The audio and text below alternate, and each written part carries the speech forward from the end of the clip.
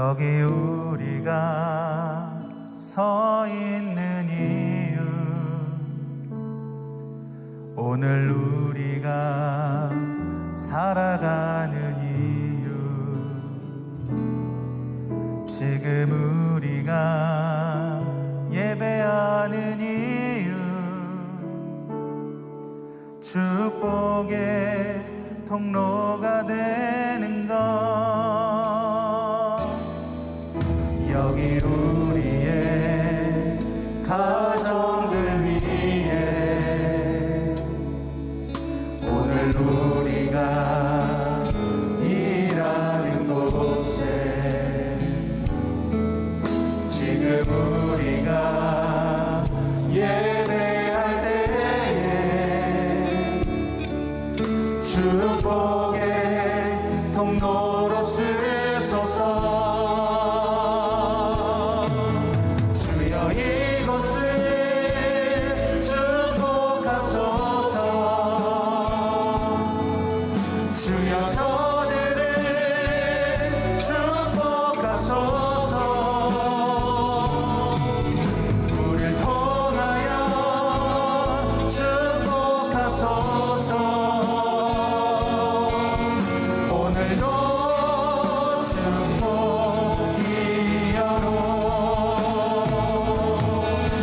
주여 이곳을 축복하소서. 주여 저들을 축복하소서. 우리를 통하여 축복하소서. 오늘도 축복이여로. 오늘도 축복이여로.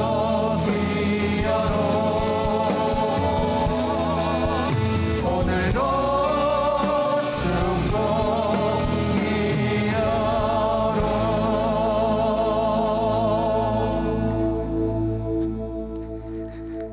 펀처치 베들교회 오신 여러분들을 주님의 이름으로 축복합니다. 지난 주간에 축복하는 삶 우리가 한 주 살아봤는데 어떠세요? 그렇구나. 예, 축복이라는 말이 참 그 자체가 갖고 있는 능력도 있겠지만 참 좋은 말인 것 같아요. 왠지 모르게 축복이라, 내가 당신을 축복합니다 하면 여러분 인상 쓰면서 축복하는 사람은 없잖아요, 그죠? 협박하고 주먹 쥐고서 축복하는 사람은 없을 것 같아요. 그러니까 우리 얼굴이 환하게 밝아지면 그 축복을 받는 사람도 행복하고 또 축복하는 사람도 행복해지고. 그런데 이제 축복을 할 때 이런 거 하나 섞어서 축복하면 더 좋습니다. 지난주에 이렇게 어떤 권사님 한 분이 저한테 이렇게 축복을 하면서 가방에서 뭔가 막 금방 사온 이 떡붕어 싸만코를 하나 주시더라고요. 그래서 축복합니다. 그런데 왠지 모르게 막 제가 온 세상의 축복을 다 받은 것 같고, 특별히 저와 제 아내가 이 붕어 싸만코를 굉장히 좋아하거든요. 그래서 마치 우리의 마음을 아는 것처럼 축복을 해도 그 사람에 대해서 좀 알고 축복하는 것 같은 그런 느낌, 그런 게 있어서 너무 좋았던 것 같습니다. 그런데 제가 궁금해서 그런데 여러분, 여러분 혹시 싸만코 드실 때 어느 부분부터 드세요? 어느 부분부터? 머리! 왜요? 어두육미라 그러려고 그러지? 사실은 사건이 있었어요. 저희가 이제 말씀드렸듯이 제 아내와 제가 이렇게 가끔 저녁에 심심할 때, 출출할 때 이 싸만코를 잘 먹습니다. 그래서 아이들이 마켓 같은 데서 뭘 사가지고 오면 엄마 아빠 드시라고 이렇게 싸만코를 꼭 사다 주거든요. 그래서 몇 개는 꼭 있어요, 제 냉장고에. 근데 항상 제가 이해가 안 갔어요. 제 아내가 이 싸만코를 나눌 때 이렇게 머리, 아니 대가리만 이렇게 잘라가지고 저한테 주면서 이렇게 얘기를 해요. 여보, 난 정말 당신을 많이 사랑해요. 그래서 진짜 맛있는 머리만 드리는 거예요. 어두육미잖아요. 근데 왜 이렇게 얄미운지. 어두육미. 우리가 이 싸만코 하나를 먹을 때도 우리도 모르게 생각나게 하는 이 어두육미라는 말은 어디서 왔을까요? 아니 정말 생선은 머리가 맛있고 육지 짐승은 꼬리가 맛있을까요? 그래서 확인해 봤습니다. 오늘 일부 예배 때 성가에 대해서 오신 우리 전성덕 장로님에게 우림집, 갈비집을 하시는 장로님한테 제가 아주 단도직입적으로 물어봤어요. 장로님, 정말 소는 꼬리가 맛있습니까? 그랬더니 예, 뭐 국을 끓이면 맛있겠죠. 여러분, 정말 꼬리가 맛있을까요? 생선은 머리가 맛있는 게 맞습니까? 대구 머리탕은 맛있어요, 그죠? 근데 솔직히 말하면 약간 좀 의심이 가요. 누가 그런 말을 만들었을까? 왜 우리는 정말 별 생각 없이 싸만코를 먹을 때 어두육미 하면서, 생선도 아닌데 머리부터 잘라 먹으려고 하는 생각이 우리 안에 주입되어 있을까? 그래서 찾아봤더니 두 가지 정도의 상반되는 그 유래가 있더라고요. 하나는 당연히 굉장히 긍정적이고 좋은 건데, 어떤 가난한 집에 엄마가 정말 오래간만에 생선 한 마리를 구운 거예요. 그런데 아이들한테 살이 많고 맛있는 부분, 통통한 그 몸 부분을 주려고 하는데 아이들도 양심이 있잖아요. 그래서 엄마를 쳐다보고 있는 거예요. 그러니까 엄마가 먼저 머리를, 이렇게 생선의 머리 부분을 뜯어서 드셨대죠. 그러니까 큰아들이 묻습니다. 엄마, 왜 거길 드세요? 살 있는 걸 드시지. 그랬더니 엄마가 뭐라고 얘기해요? 원래 생선은 머리가 맛있는 거야. 미안하다 얘들아, 엄마가 맛있는 부분을 먹었어. 그 노래 가사가 G.O.D의 노래인가요? 어머니는 짜장면을 싫다고 말씀하셨어. 그게 생각이 나요. 그래서 사랑하는 마음으로 자녀들에게, 우리 사랑하는 사람들에게 좋은, 정말 맛있고 통통한 살 있는 부분을 주기 위해서 어두육미라는 말을 만들어냈다라고 하는 하나의 유래가 있는가 하면, 또 다른 한쪽에는 어떤 유래가 있냐면 반대죠. 어떤 사람이 정말 맛있는 몸뚱이를 먹고 싶은데 이걸 어떻게 내가 이렇게 많은 사람들 가운데서 생선 한 마리 가지고 몸뚱이를 먹을 수 있을까 생각하다가 만들어낸 말이 어두육미라는 거죠. 그래서 사람들한테 야 머리 먹어, 머리가 진짜 맛있어, 내가 양보한다. 제 아내처럼, 여보 정말 나는 많은 희생을 하고 있어요, 맛없는 몸은 내가 먹을게요. 그러면서 이따만큼 먹고 나는 요만한 머리덩어리를 주더라고요. 똑같은 얘기죠. 그러니까 사람들에게 몸을 못 먹게 하기 위해서 머리가 맛있다니까 너희는 머리만 먹어라 라고 얘기했다는 것이 그 사자성어의 또 다른 유래입니다. 무엇이든지, 그죠? 어떤 유래이든지 간에 사실은 이미 우리 머릿속에 이 어두육미라는 말이, 혹은 또 어떤 사전에 보면 어두일미라고, 물고기는 머리가 맛있다, 뭐 이런. 근데 그 두자가 그 머리 두자가 아니라 몸통, 몸을 뜻하는 두자다라고 해석하는 사람들도 있습니다. 어쨌든 어두육미하면 아마 우리 대한민국 사람들의 그 머릿속에, 마음속에는요, 생선은 머리가 맛있고 육고기는 꼬리가 맛있대 라고 각인되어 있습니다. 우리가 그게 뭐 진리이든 아니든 간에. 그래서 제가 여러분들에게 정말 아무것도 아닌 질문을 던졌는데도 여러분은 다 웃으면서 똑같이 대답하셨어요. 붕어빵은 머리부터 먹어야죠. 왜냐하면 어두육미니까요. 우리 신앙생활 때도, 우리 신앙생활에도, 교회 생활에도 어두육미 같은 부분이 있습니다. 다시 말하면 그게 긍정적인 목적이든 부정적인 목적이든 간에 무엇인가를 지키기 위해서 나름대로 정해놓은 규칙이죠. 그리고 그것을 교회 오랜 2000년 역사 속에 끊임없이 성도들의 마음속에, 머릿속에 각인시키고 주입해 놓은 그런 전통들 혹은 교리들이 있다는 겁니다. 그 중에 하나가 바로 축복에 대한 교리가 아닐까 생각해 봅니다.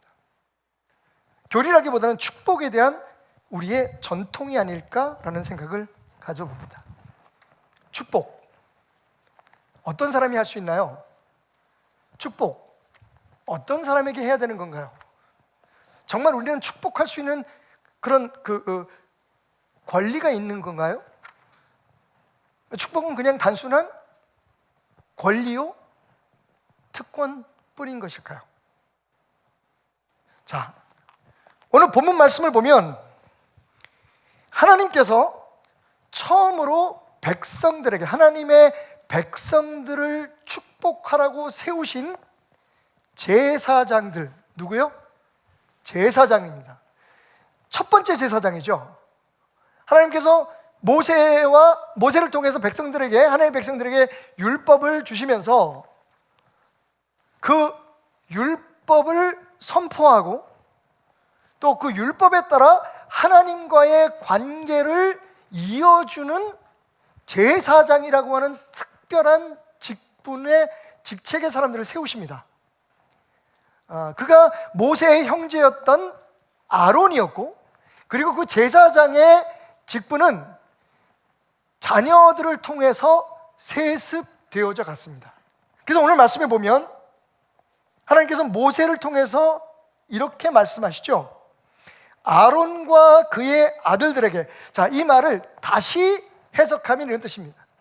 세워진 제사장들에게 나를 예배하고 그 백성들의 모든 죄와 백성들의 모든 허물을 내 앞에서 용서받기 위해서 대신 회개해 줄 중보자인 제사장들에게 말하라. 그들에게 또 하나의 사명이 있다. 예배뿐만 아니라 하나님 앞에 제사를 드리는 그 사명 이외에 또 하나의 사명이 있으니 이른바 너희는 이스라엘 자손을 위하여 이렇게 축복하라. 그러니까 제사장들에게 주신 축복의 사명입니다. 여호와는 너에게 복을 주시고 너를 지키시기를 원하며 여호와는 그 얼굴을 너에게 비추사 은혜 베푸시기를 원하며 여호와는 그 얼굴을 너에게로 향하여 두사 평강 주시기를 원하노라 할지니라. 자, 최초의 제사장과 그 제사장의 직분을 이어갈 그 가문에 하나님께서 맡기신 세상 하나님의 백성들을 향한 사명입니다. 뭐라고요? 축복하라. 이 제사장의 사명입니다. 자, 그래서 사실은 오랫동안 한국교회 안에는 이런 전통이 있었습니다. 축복은 특별히 목사 안수를 받은 목사, 즉 이 시대의 제사장들에게 주어진 특별한 권세다, 특권이다. 그리고 그런 목회자들만 혹은 제사장들만 할 수 있는 것이다 라고 말이죠. 솔직히 우리가 축복합니다 하면서도 굉장히 어색한 이유가 있습니다.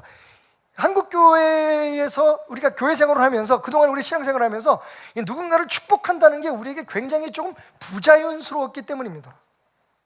왜냐하면 우리도 모르게 어두육미, 머리는 제사장만 먹어야 되는 거기 때문에.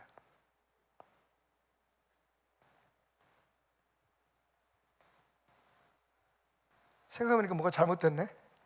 아니, 제사장들이 몸을 먹기 위해서 여러분들은 머리만 드셔야 되기 때문이에요.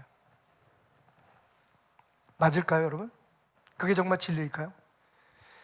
자, 이러한 질문을 가지고 세계 여러 나라의 교회들과 교단들을 바라보면 특별히 이 축복에 대해서 강조하는 것이 캐톨릭입니다. 여러분 아시다시피 지금도 캐톨릭 성당을 가면 여러분이 성당이 쭉 거의 길게 되어 있습니다. 명동성당 가보신 분들이 계신지 모르겠습니다만, 명동성당 같은 이런 일반적인 성당에 가면 교회의 모양이 항상 이렇게 길게 만들어져 있습니다. 그 이유는 하나님의 중보자인 예배를 인도할 사제죠.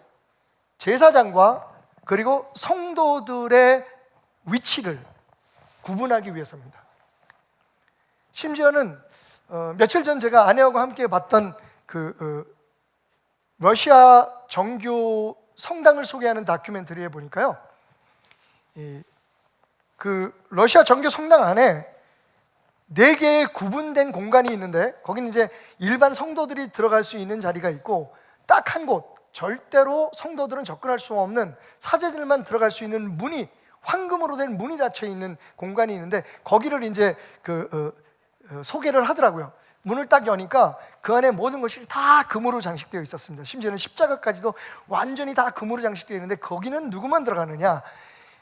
그 러시아 정교회의 사제만 들어갑니다. 아주 화려한 옷을 입고, 그리고 그들만 읽고 그들만 사용할 수 있는 라틴어 성경을 들고 들어가서 저 멀리 서 있는 성도들에게 하나님의 말씀을 선포하거나 혹은 그 제사를 인도하는 그런 장소입니다. 구약시대의 지성소 같은 곳이겠죠.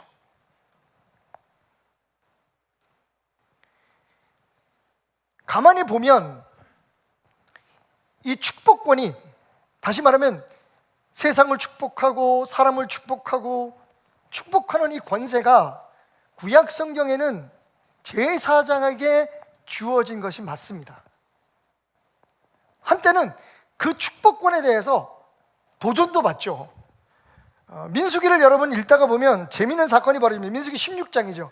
우리가 잘 아는 고라 자손과, 그리고 심지어는 모세의 누이인 미리암이 모세의 그 권한에 대해서, 하나님과 사이에서 중보 역할을 하는 모세의 권위에 대해서 도전을 합니다. 아니, 우리 다 똑같은 인간인데 왜 당신만 하나님의 말씀을 들어서 전하고 왜 당신을 통해서만 우리가 하나님과 대화를 해야 되느냐? 근데 사실은 그 권위에 도전한 결과는 처참했습니다. 그 일로 인해서, 다시 말하면 하나님과 인간 사이, 하나님과 하나님 백성 사이에 중보적인 역할을 했던 그 제사장들의 권위에 도전했다는 이유 때문에 고라 자손들이 땅이 갈라져서 죽고, 그리고 미리암은 문둥병에 걸리게 되죠. 자, 오랜 세월 동안 우리는 그 말씀을 인용하면서 이렇게 배워왔습니다. 그러니까 목회자들에게 주어진, 목사에게 주어진, 이 시대의 제사장인 목사들에게만 주어진 권한이 있다. 그 중에 하나, 축복권, 그리고 특별히 축도하는 권한은 성도들이 절대로 넘보아서는 안 된다. 그래서 성도들은 축복을 하는 사람이 아니라 축복을 받기 위해서 나오는 사람으로 우리 안에 각인되어져 왔다는 거죠.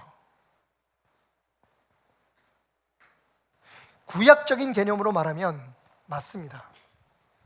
그런데 여러분, 저는 이게 굉장히 우리 안에 부정적인 영향을, 특별히 정말 하나님의 은혜와 능력과 축복으로 충만해져야 하는 우리들의 삶에, 예수는 생명이잖아요. 아멘? 하나님을 잘 믿고 하나님과의 바른 관계가 이루어진 사람들은 마치 예수 포도나무에 연결되어 있는 가지처럼 생명력이 넘쳐나고, 예수 안에 머무는 자가 그 말씀 안에서 기도할 때 무엇인지 구하면 이루어지는 것처럼 축복이 넘쳐나야 되는 거잖아요. 그런데 그것을 방해하고 가로막는 부정적인 역할을 했다는 겁니다. 축복은 자격 있는 사람만 하는 거야. 축복은 어떤 특정 계층 혹은 계급, 직분의 사람들에게만 주어진 하나님의 특권이다. 정말 그럴까요? 우리가 신약 성경을 읽다가 보면 예수 그리스도가 이 땅에 오심으로 굉장히 큰 변화가 일어났습니다. 상징적으로 무슨 일이 있었냐면, 여러분, 제가 그 얘기를 우리 함께 예배를 준비하는 예배팀하고 이야기하면서 굉장히 재밌고 또 심각하게 토론을 했어요. 이런 질문을 제가 던졌죠. 갑자기 이런 생각이 났어요. 예수님이 십자가에 못 박힐 때에 제일 먼저, 운명하실 때에 제일 먼저 일어난 사건이 뭐였죠? 성전에 휘장이 찢어지는 거였습니다. 이건 굉장히 상징적인 일이었죠. 나중에 사도 바울은 뭐라고 얘기하냐면 예수 그리스도의 몸이 찢겼다고 얘기합니다. 그러니까 그 성전에 인간의 힘으로는 도저히 찢을 수 없는 그 성막이, 그 성막은 무엇을 상징했죠? 그 휘장은 무엇을 상징했냐면 그 커튼은 지성소와 성소를 가로막는, 다시 말하면 일반적인 제사장들이 들어갈 수 있는 공간과 그리고 대제사장만 1년에 한 번 들어갈 수 있는 그 공간 사이를 가로막는 그 휘장이 찢어진 겁니다. 그리고 사도 바울은 얘기하를 그 휘장의 찢어짐으로 말미암아 우리가 믿음의 담대함을 얻어서 하나님의 보좌 앞으로 직접 나갈 수 있는 존재가 되었다고 말하죠. 여기서 제가 어제 던졌던 질문 하나. 그러면 여러분, 그 사건 이후에 유대교 지도자들이, 제사장들이 제일 먼저 한 일은 무엇이었을까요? 예수님 십자가에서 돌아가시고 예수님을 묻고 난 후에, 무덤에 갖다 모시고 난 후에 제사장들이 부랴부랴 서둘러서 제일 처음 했을 것 같은 일은 무엇이었을까요? 라는 게 제 질문이었습니다. 여러분, 뭐였을까요?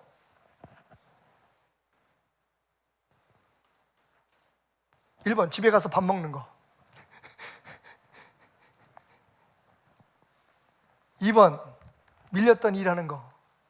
3번, 찢어진 휘장을 복구하는 거. 여러분, 제 질문의 의도를 아시겠죠?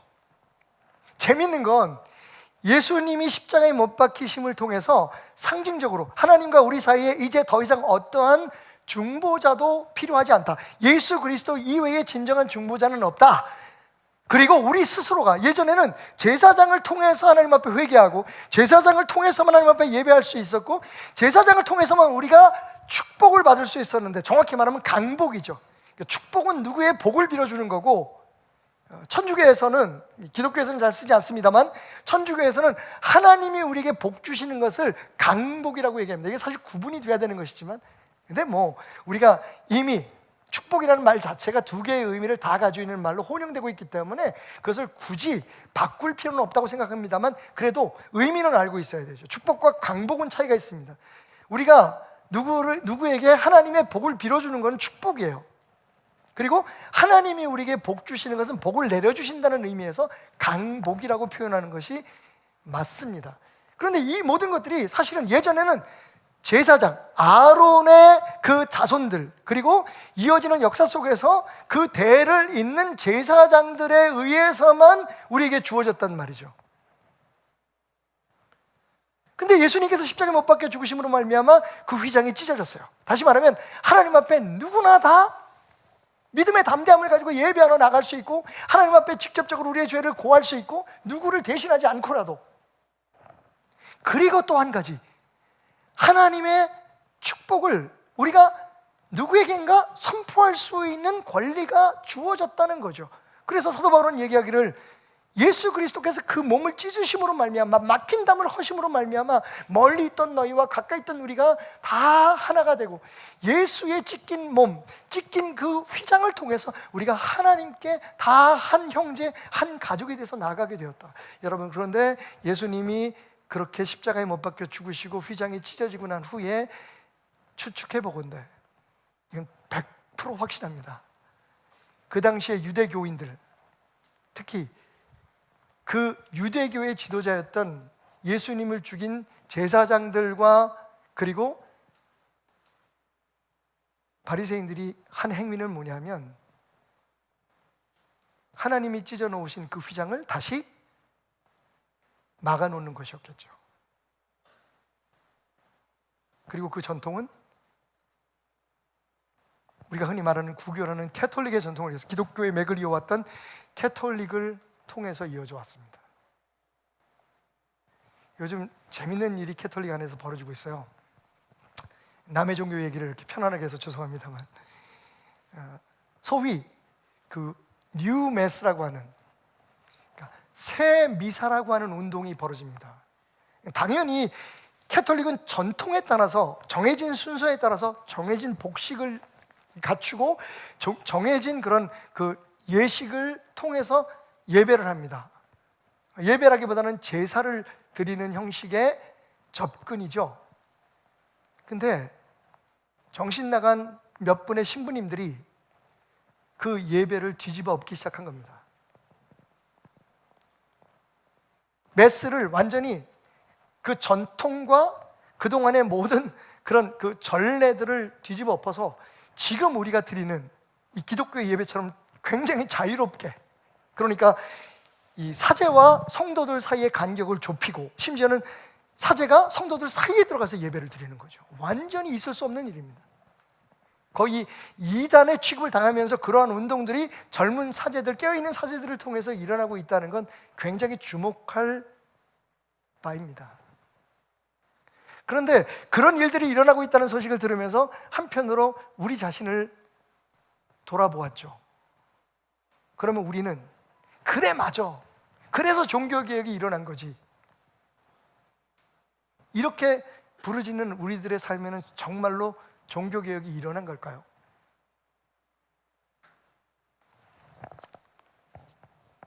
베드로 사도는 예수님 이후에 새롭게 시작된, 정확히 말하면 하나님의 계획 속에서 그 섭리대로 열린 새로운 세상에 대해서 우리의 역할을 이렇게 말합니다. 베드로전서 2장 9절. 그러나 너희는 택하신 족속이요 왕같은 제사장들이요, 아멘, 거룩한 나라요 그의 소유된 백성이니. 왜요? 예수 안에서 왜 우리를 하나님은 하나님의 백성이라고 말씀하시고, 우리는 하나님의 백성이 아니었잖아요 원래. 그런데 예수 때문에 하나님의 백성이 되었어요. 거기까지는 우리 모두가 다 인정합니다. 그런데 그 다음 부분에 있어서 뭔가 좀 불편함이 있어요. 뭐라고 얘기하시냐면 너희는 다 왕같은 제사장이다. 할렐루야. 옆 사람에게 인사하십시다. 제사장님 뵙게 돼서 반갑습니다. 여러분, 이게 비웃는 소리처럼 들리지 않으시죠? 하나님의 말씀이에요. 예수 십자가의 보혈의 피로 하나님께서 우리에게 써주신 말씀이에요. 너희는 이제 더 이상 제사장과 백성들을 갈라놓는 그 무리 속에 백성의, 그것도 이방인에 속해 있는 존재들이 아니라 너희는 이미 제사장이 되었다. 나는 너희를 제사장이라고 부른다. 그러면서 그 이유를 이렇게 말씀하십니다. 이는, 너희가 제사장이 된 이유는, 내가 너희를 제사장으로 세운 이유는 아름다운 덕을 선포하게 하려 하심이라. 하나님의 기이한 빛에 들어가게 하신 이의 아름다운 그 소식을, 덕을 온 세상에 선포하기 위해서 우리 모두는 다 하나님의 제사장이 된 것입니다. 왕 같은 제사장이 된 것입니다. 아멘. 그런데 이것을 별로 달갑지 않게 여겨왔다는 겁니다. 다 좋은데 이건 안 돼. 이건 되게 위험해. 이건 어떤 과정과 어떤 훈련을 받은 사람에게만 주어지는 특권이야. 이거 함부로 사용하면, 여기서 이것은 축복을 얘기합니다. 그러니까 다른 사람들 축복하는 건 목사들에게 맡기고, 여러분들은 그분들에게 가서 축복받는 것에 익숙한 삶을 훈련해 봐. 오늘 저는 제 밥줄을 끊는 설교를 하고 있습니다.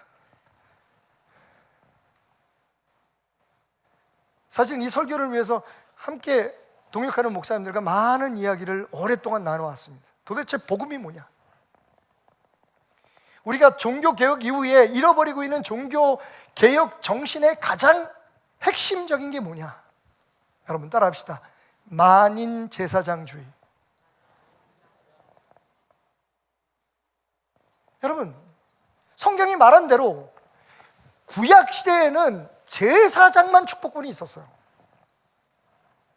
그런데 지금 예수 그리스도 말미암아 우리 모두가 다 제사장이 됐다고 선포되는 이 시대에도 여전히 축복 많은 목사님들 거, 축도는 목사님들만 하는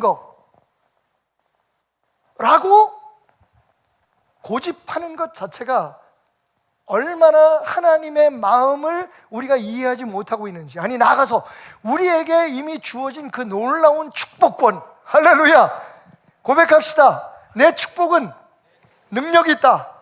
그냥 해보는 말이 아닙니다, 여러분. 왜? 분명히 오늘 말씀 27절에 나오는 것처럼 내 이름으로 축복하라. 그러면 내가 그들에게 복을 내릴 것이다. 할렐루야. 우리가 하는 게 아닙니다, 여러분. 목사가 무슨 축복 덩어리가 아닙니다, 여러분. 하나님께서 예수 그리스도의 보혈로 피로 말미암아 멀리 있던 우리들을 하나님의 백성, 하나님의 족속, 택하신 족속으로 세우시고 우리에게 제사장의 역할을 담당해라. 너희를 통해서 내가 세상에 축복을 흘려보내고 너희를 통해서 내 덕을 온 세상에 전파하기를 원한다.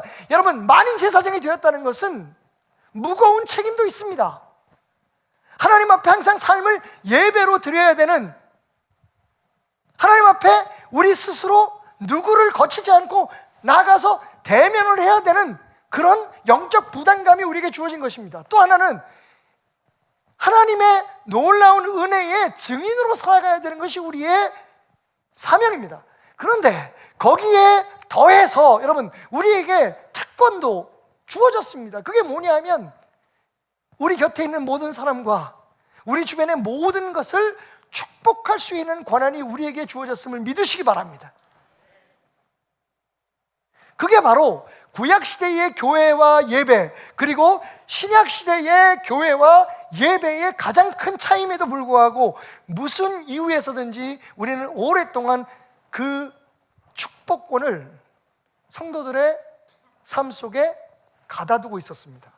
이렇게 말하면서 축복은 목사들만 하는 거야. 축복받기를 원하면 가서 기도받아. 재밌는 건 미국 침례교회를 방문했습니다. 미국 침례교회의 예배의 특징 중에 하나는 일단 사도신경을 하지 않습니다. 그리고 목회자들이 절대로 가운을 입지 않습니다. 마지막 세 번째는 미국 침례교회는 축도가 없습니다. 원래 침례교회는 축도가 없습니다. 왜냐하면 그 침례교회는 우리가 흔히 한국교회의 가장 그 지배력을 가지고 있는 장로교단과 달리 침례교회는 교리가 아니라 신조를 가지고 신앙생활을 합니다. 신앙생활의 기초가 신조인데 그 중에 한 가지 중요한 게 뭐냐면 만인 제사장주의예요. 어쩌다 보니까 한국에 들어온 침례교는, 저도 침례교 출신입니다만, 우리가 흔히 그 신학생들은 그렇게 얘기해요. 한국 침례교 뭐 그냥 침례교인가? 장로교 침례교지. 이 대한민국의 모든 교회들과 교파들이 스코틀랜드 북장로교의 영향을 받다가 보니까, 그리고 그게 주가 되다가 보니까 그 장로교의 교리나 그런 교회 행정이나 정치 같은 것들이 가장 지배적으로 교회들을 이끌어가는 흐름이 되었죠. 그 과정에서 여러분, 이 축도를 안 하면, 축도를 안 받고, 우리가 흔히 말해 축도를 안 받고 예배를 끝내면 그 예배는 나가리야. 죄송합니다. 무효인 거야. 저 어렸을 때 그런 얘기 많이 들었어요. 우리 교회뿐만 아니라 다른 데 가서도 예배를 드리면 꼭 축도를 받고 나와라. 그래야 축복된다. 성경 어디에도 그런 말은 없어요. 근데 왠지 모르게 그게 신뢰됐어요. 왜? 어두육미니까. 머리가 맛있는 거야.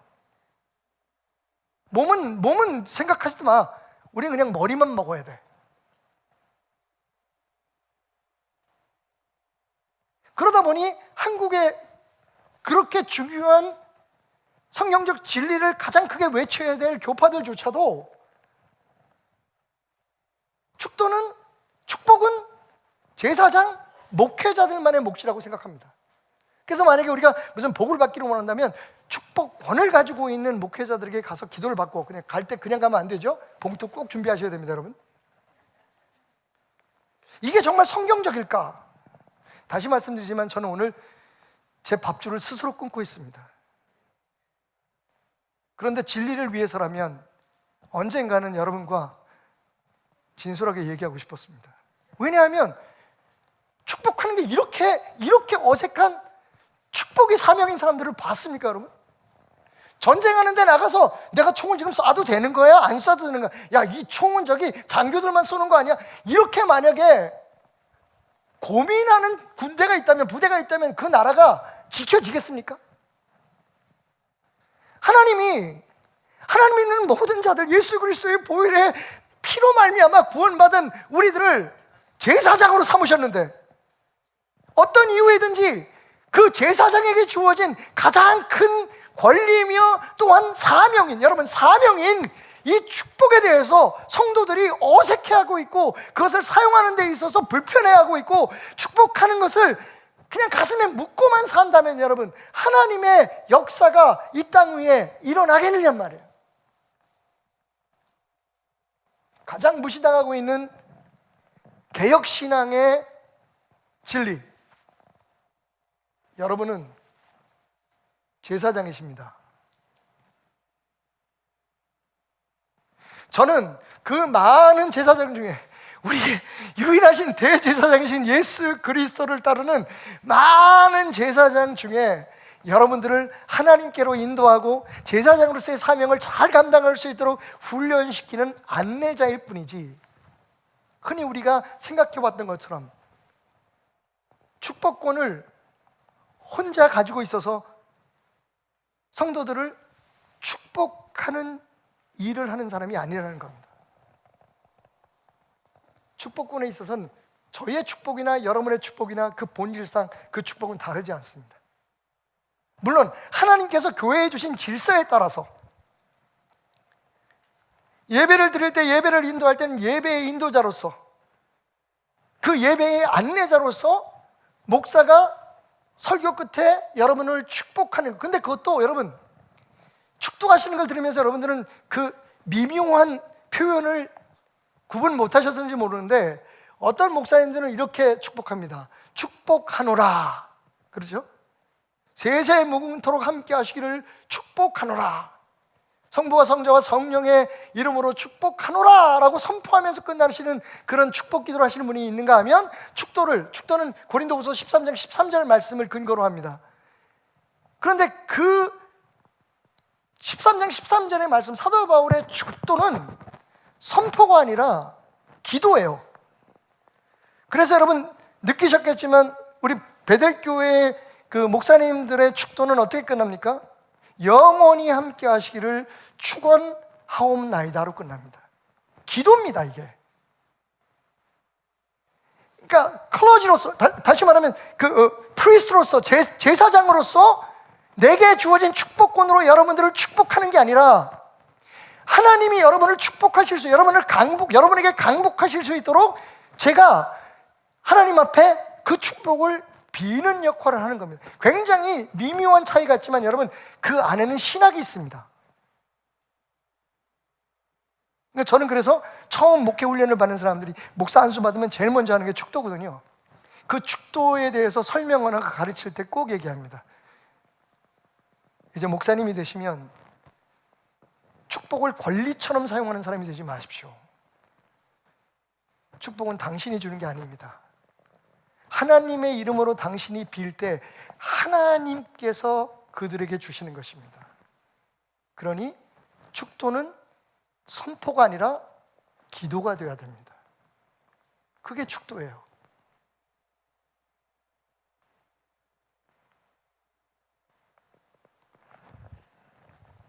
성경의 맨 마지막 책인 요한계시록에도 사도 요한은 이렇게 말합니다. 1장 4절부터 6절까지 말씀. 요한은 아시아에 있는 7교회에 편지하노니 이제도 계시고 전에도 계셨고 장차 오실 이와 그의 보좌 앞에 있는 7영과 또 충성된 증인으로 죽은 자들 가운데서 먼저 나시고 땅의 임금들의 머리가 되신 예수 그리스도로 말미암아 은혜와 평강이 너에게 있기를 원하노라 라고 기도하면서 이렇게 얘기합니다.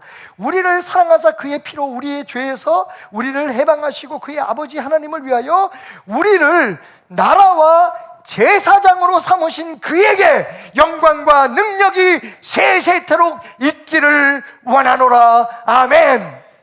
여러분 사도 바울이 얘기한 것이, 베드로가 얘기한 그 말을 그대로 사도 요한도 선포하고 있는 겁니다. 우리가 하나님의 택하신 백성이 되었고, 그리고 우리가 제사장이 되었다는 겁니다. 여러분은 제사장이십니다. 하나님 앞에 예배함으로 여러분 스스로 나갈 수 있는 권한이 주어졌을 뿐만 아니라 세상을 향해 하나님의 축복을 선포하고 흘려보내야 될 사명이 주어집니다.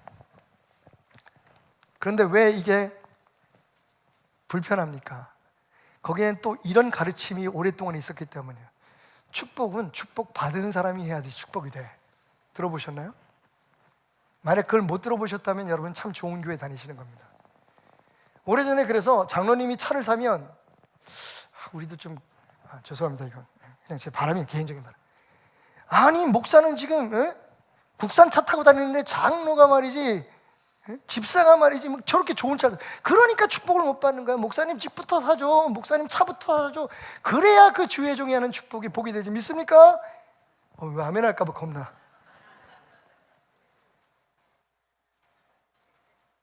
만약 그 축복이 그 사람에게 하나님께서 그 권세를 이양하셔가지고 그 목사가 그 사람이 축복하는 것이라면 그 말이 맞을 수도 있어요. 그죠?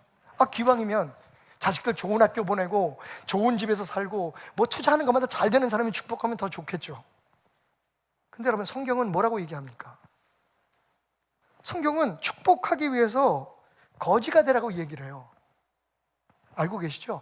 예수님께서 제자들을 보내실 때 마태복음 10장 말씀에 보면 뭐라고 말씀하십니까? 금과 은이나 동은 가져가지 마라. 있어도 놓고 가랍니다. 축복하러 갈 때는. 그리고 뭐라고 얘기하냐면 배낭도 가져가지 말고 두벌 옷도 가져가지 말고 신도 가져가지, 지팡이도 가져가지 마라. 그냥 빈손으로 가라는 거예요. 그래서 네가 축복해서 그 사람이 그게 감사해서 너에게 신발을 주면 그 신발 신고 다녀라. 네가 가진 것이 있어서 축복하는 것이 이루어질 거라고 생각하는 착각을 주지 않기 위해서 너는 빈손으로 갈지어다. 여러분 목사는 가난해도 돼요. 그냥 먹고만 살게 해주시면 돼요. 불편 없이. 근데 그게 목사만의 얘기가 아니에요. 그동안 우리는 뭔지 모르게 자기가 잘된 사람이 복을 줘야지 그 복이 잘 될 것 같아. 절대로 성경적이 아닙니다. 진짜 성경에 시간이 별로 많지 않아서 이게 마음이 급하네. 아주 정말 특별한 이야기 하나 해드릴게요. 예수님께서 베들레헴에서 태어나셨습니다. 그리고 8일 만에 유대인의 전통에 따라서 성결 의식을 거행하기 위해 예루살렘 성전으로 갑니다. 여러분 거기서 우리가 그동안에 주장해왔던 것으로는 도저히 믿기지 않는 사건이 벌어지죠. 그게 뭡니까? 시몬이라는 할아버지가 있어요. 그 할아버지는 재산이 얼마인지 어떻게 살았는지 가만히 보니까 하나님께서 주신 계시 때문에 그 성전에 머물면서 구세주를 그 품에 안고 축복하는 것을 사명으로 오랫동안 기다려오신 분 같아요. 굉장히 영적인 사람이, 하나님의 사람이라고 성경은 얘기하고 있습니다. 이 할아버지가요, 예수님, 세상을 구원하기 위해서 오신 구세주를요, 하나님을요 품에 안고 축복을 합니다. 말이 돼요? 사람이 하나님을 축복해요, 여러분? 그것도 거지 같은 할아버지가? 그게 기독교입니다.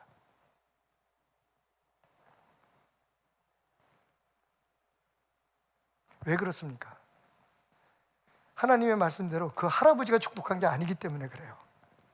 그 할아버지는 축복해야 될 사명이 있었던 거고 복은 하나님이 주셨기 때문입니다. 오늘 27절 말씀, 그들은 이같이 내 이름으로 이스라엘 자손에게 축복할지니 내가 하나님이 그들에게 복을 주리라. 우리가 축복할 때 가장 거스리는 것 중에 하나, 그리고 가끔 잘못된 종교 지도자에게 속는 부분이 그겁니다. 여러분은 축복할 수 있는 사람이에요. 지금 여러분의 어떤 그 위치나 조건 중요하지 않습니다. 여러분이 어떤 옷을 입고 여러분이 학벌이 어땠는지 중요하지 않습니다. 왜냐하면 여러분은 그냥 사명으로 하나님이 주신 축복을 전하는 통로이기 때문입니다. 누가 축복하든 하나님이 축복을 주실 사람은 축복을 주실 것이고 하나님이 축복하지 않을 사람은 축복하지 않습니다. 우리의 사명은 축복하는 겁니다. 가정을 축복하고 이 나라를 축복하고 교회를 축복하고 저주하는 게 아니라 축복하는 것이 우리의 사명입니다. 왜냐하면 그것이 왕같은 제사장으로서 살아가는 사람들의 사명이기 때문입니다.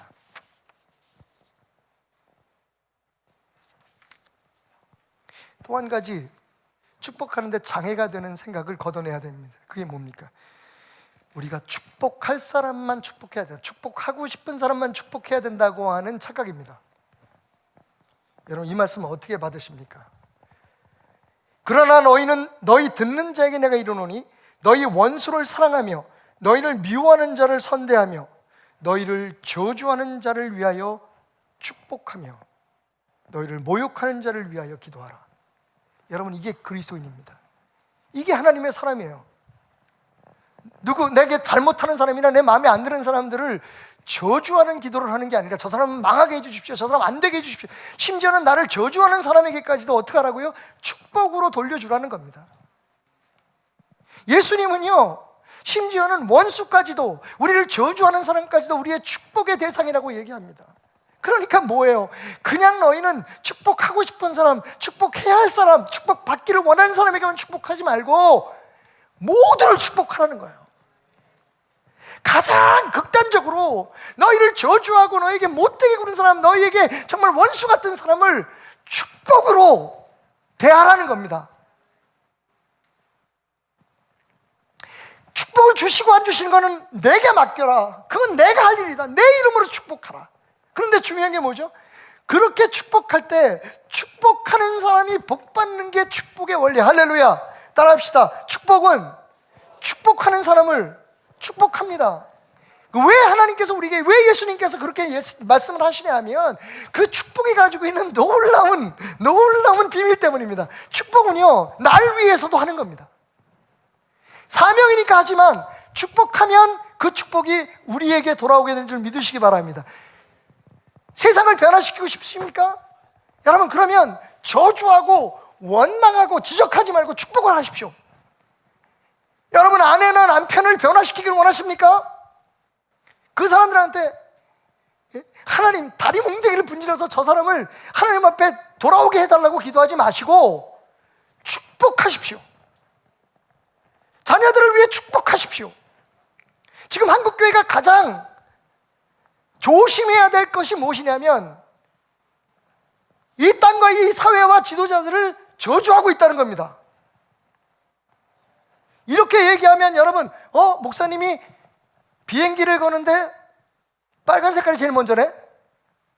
파란 색깔은 왜 이렇게 작어? 라는 생각을 했지만 이거 제가 안 했습니다. 만약에 정치적인 의도가 있다면 이건 완전히 황성문 박철주의 의도입니다. 전 참 우리가 언제부터 이렇게 정치적인 사람들이 되나, 우리 국민이 왜 이렇게 되는지 나는 그게 궁금해요. 정말이에요. 솔직히 우리가 이거 다는데 제일 먼저 목사님들이 저한테 와서 질문한 게, 목사님, 비행기를 달 수 있는 색깔들이 한정되어 있는데 빨간색, 파란색밖에 없어요. 달지 말까요? 야, 우리 성도들 그거 다 이해해. 여러분, 우리나라 잘 되기 원하십니까? 기도하십시오. 축복하십시오. 잘 될지어다. 당장 눈앞에 보이는 그런 조건들이나 여러분의 마음에 들고 안 들고 그걸 판단하지 마시고 잘 될 수밖에 없도록 축복을 하십시오. 하나님이 움직이십니다. 하나님이 역사하십니다. 처음부터 우리가 할 수 있다고 생각하는 것, 그리고 우리가 해야 할 일과 저들이 해야 할 일이 구분되어 있다고 생각하는 자체가 하나님의 마음이 아닙니다. 저도 속상하는 일이 왜 없겠습니까?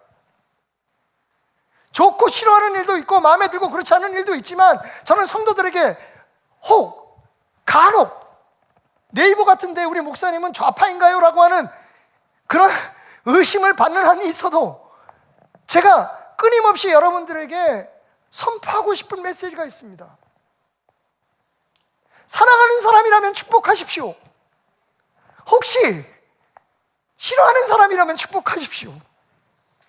당신에게 잘하는 사람이 있다면 축복하십시오. 그런데 당신을 저주하는 사람이 있어도 그를 축복하십시오.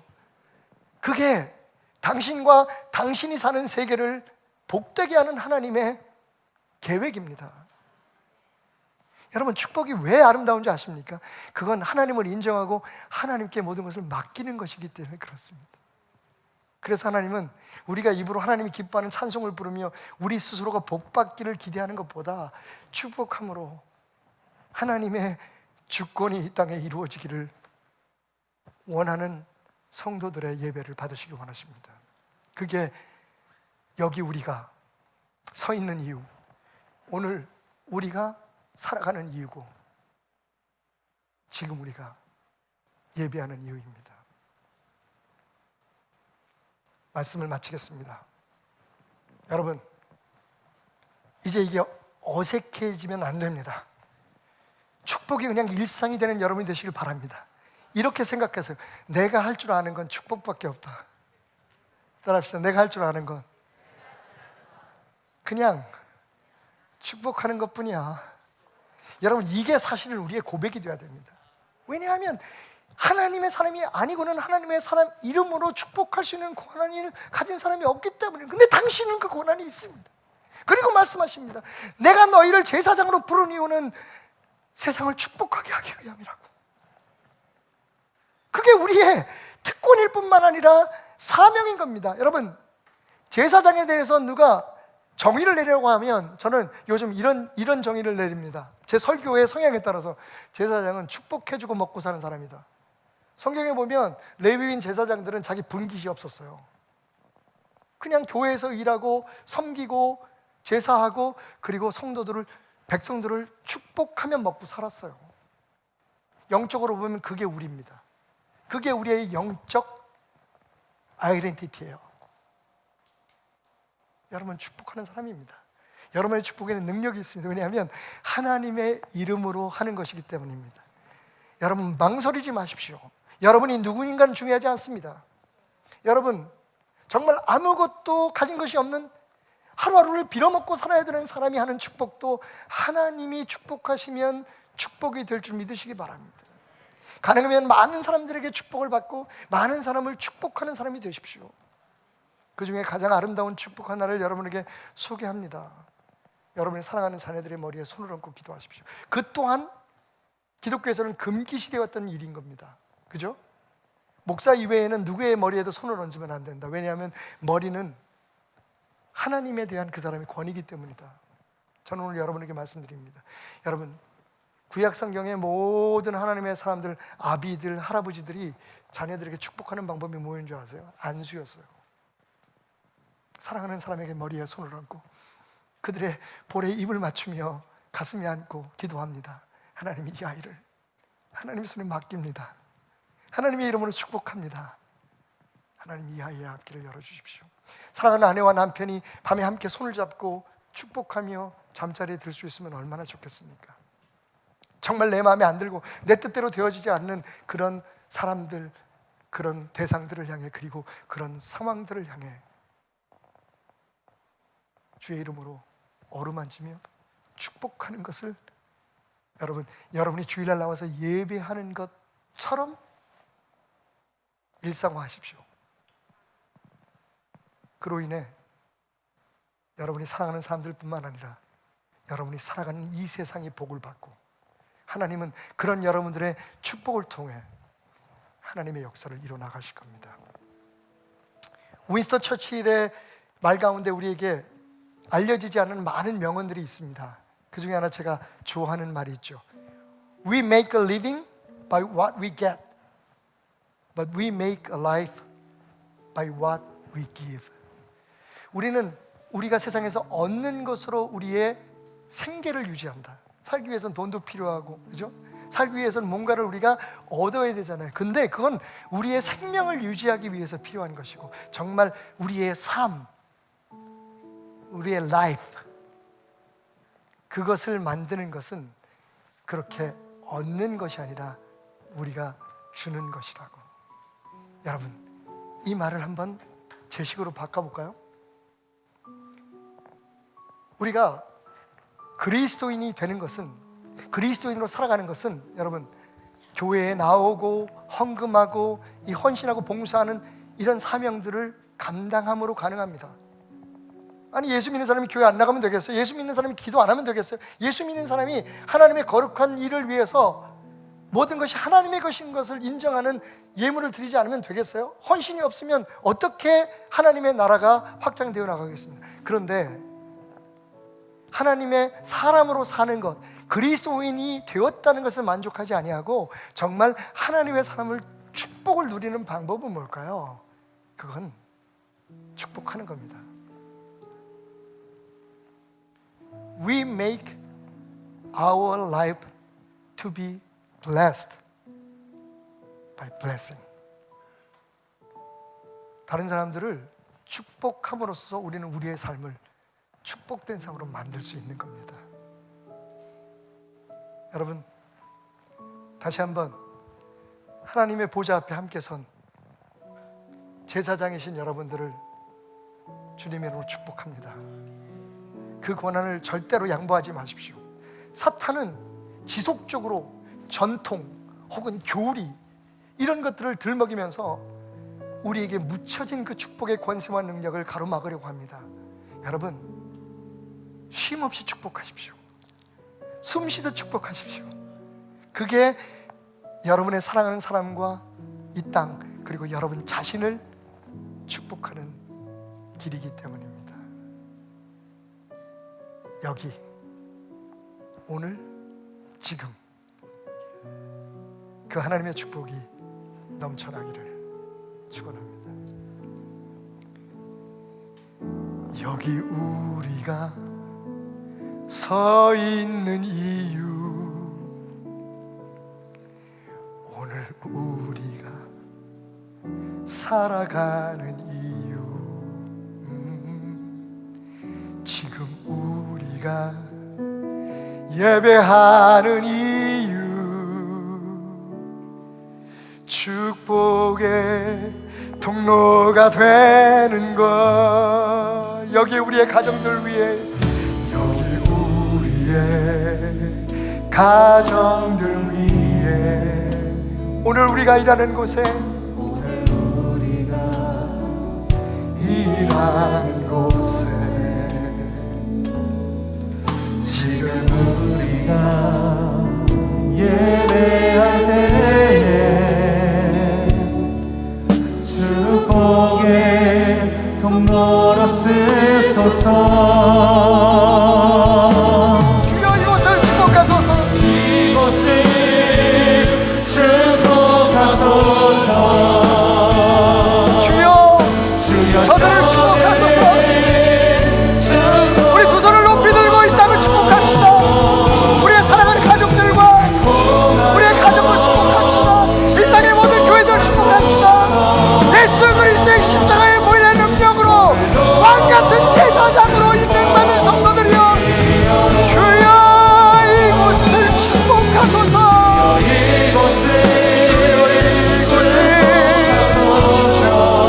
부족하고 연약한 우리 종들을 축복해 주시겠습니까? 하나님 앞에 이 교회를 여러분들을 잘 인도할 수 있도록 진리 위에 서게 하소서. 주여 축복하소서. 오늘도 축복이여로, 오늘도 축복이여로,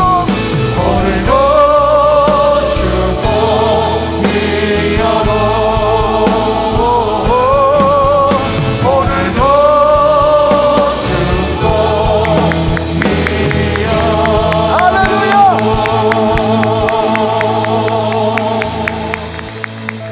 가슴에 손을 얹고 우리 성전을 떠나기 전에 우리 자신을 축복하는 시간을 가졌으면 좋겠습니다. 따라합시다. 나는 왕같은 제사장이다. 내 모습, 내 형편은 중요하지 않다. 하나님을 향한 내 믿음이, 그리고 그의 응답하신 하나님의 은혜가 나로 인해 세상을 복되게 하리라. 이 시간에는 여러분, 조용히 여러분이 축복하고 싶은 그 한 사람의 이름을 부르며 마지막으로 축복했으면 좋겠습니다. 축복하겠습니다. 내가 표희순 권사를 축복합니다. 하나님,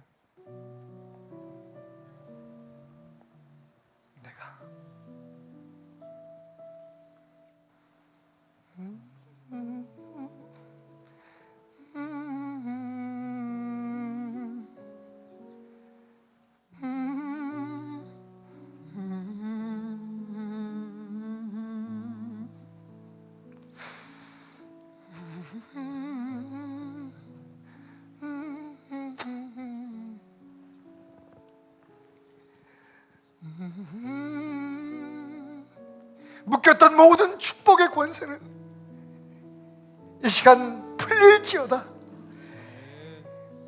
우리 안에 가둬두었던, 우리 안에 맡겼던 예수 그리스도의 이름으로 주어진 하나님의 축복은 흘러 넘칠지어다.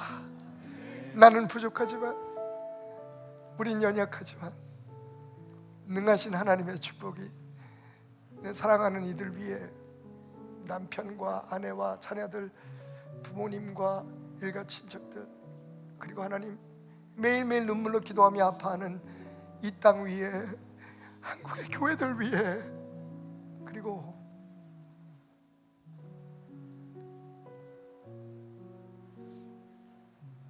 천국의 진리를 위해 목숨을 건 모든 주의 종들 위해 하나님의 복으로 넘쳐나게 하소서. 주님, 그 밝은 얼굴을 저들을 향하여 드사 평강을 허락하소서.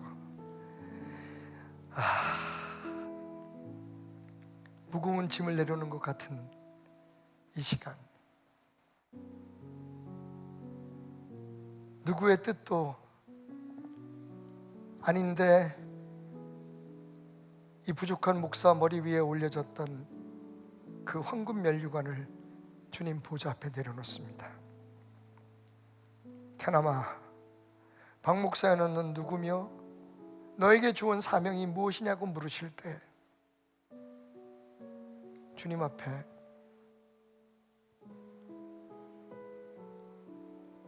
부끄러움이 있을지라도 담대히 서기 원합니다 고백하는 종이 될 수 있도록 하나님 인도하소서. 성도들의 감겨진 눈을 열어주시고 저들 마음속에 맡겼던 축복의 고를 열어주셔서 세상을 향해 마음껏 축복하고 마음껏 축복하고 마음껏 축복하는 하나님의 제사장들의 삶 살아가게 하소서. 오늘도 저주하는 자들조차 축복하라고 하시며 십자가에서 온 세상을 용서하신 예수님을 바라보며 눈물 짓습니다. 그게 진짜 예수 믿는 건데, 그게 정말 하나님의 마음인데, 그 은혜가 아니었으면 우리도 없었는데. 하나님, 드려진 예물 받아주시고 오늘 우리가 드린 예배를 받아주옵소서. 하늘나라를 위해 우리에게 주어진 사명과 우리에게 주어진 권리들을 주의 이름으로 살아내는 배들을 축복하여 주옵소서. 그런 교회 되게 하여 주옵소서. 부족한 종은 아무 공로 없사오나 우리를 위해 십자가를 지신 예수 그리스도의 은혜와 변함없는 사랑으로 우리를 지키시는 하나님의 크신 사랑과 성령님의 역사하시며 힘주시며 인도하시며 영원히 함께 하시기를 축원하옵나이다.